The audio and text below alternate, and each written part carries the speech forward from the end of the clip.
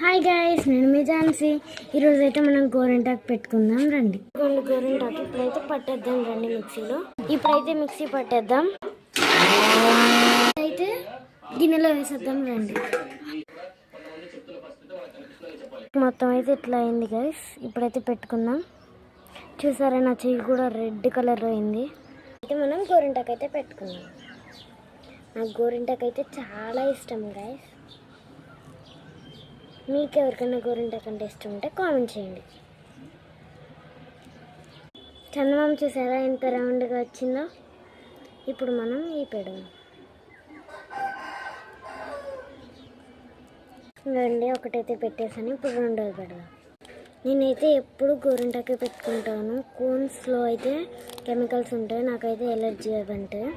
అందుకే మీరు ఎప్పుడైనా గోరింటాకే పెట్టుకోండి. కోన్స్ అయితే ఇష్టం ఉన్న వాళ్ళు